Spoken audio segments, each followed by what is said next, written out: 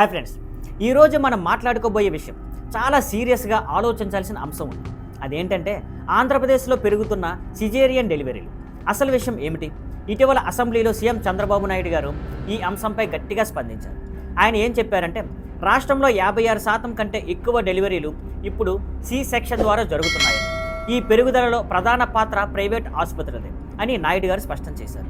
మొత్తం సిజేరియన్ డెలివరీల్లో దాదాపు 90% వరకు ప్రైవేట్ హాస్పిటల్స్లోనే జరుగుతున్నాయట. కారణం ఏంటంటే చాలా సందర్భాల్లో నిజంగా అవసరం లేకపోయినా ఆర్థిక లాభాల కోసం వైద్యులు సి సెక్షన్ను ప్రోత్సహిస్తున్నారని ఆయన ఆరోపించారు. అసెంబ్లీలో చర్చ. ఆరోగ్య మంత్రి సత్యకుమార్ యాదవ్ ఈ అంశాన్ని గమనించి సాధారణ డెలివరీలను ప్రోత్సహించాలని సీఎం ఆదేశించారు. అంతేకాదు డాక్టర్ ఎన్టీఆర్ వైద్య సేవా ట్రస్ట్ నిధుల్లో 4.2% వరకు ఇప్పుడు సి సెక్షన్ డెలివరీలకు ఖర్చు అవుతుందని ఆయన చెప్పారు.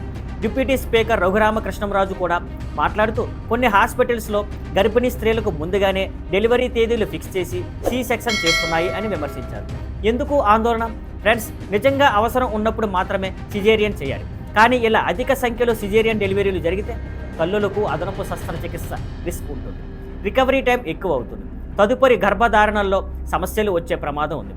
అందుకే సీఎం స్వయంగా ఈ అంశాన్ని ప్రస్తావించడం చాలా సీరియస్గా తీసుకోవాలి. ఫ్రెండ్స్, ఆరోగ్య రంగంలో ఈ తరహా లోపాలు బయట పెట్టడం, వాటిని సరిదిద్దడం ప్రభుత్వాల బాధ్యతే. అలాగే మనం కూడా అవగాహనతో ఉండాలి. డాక్టర్ సలహాలు తప్పక తీసుకోవాలి.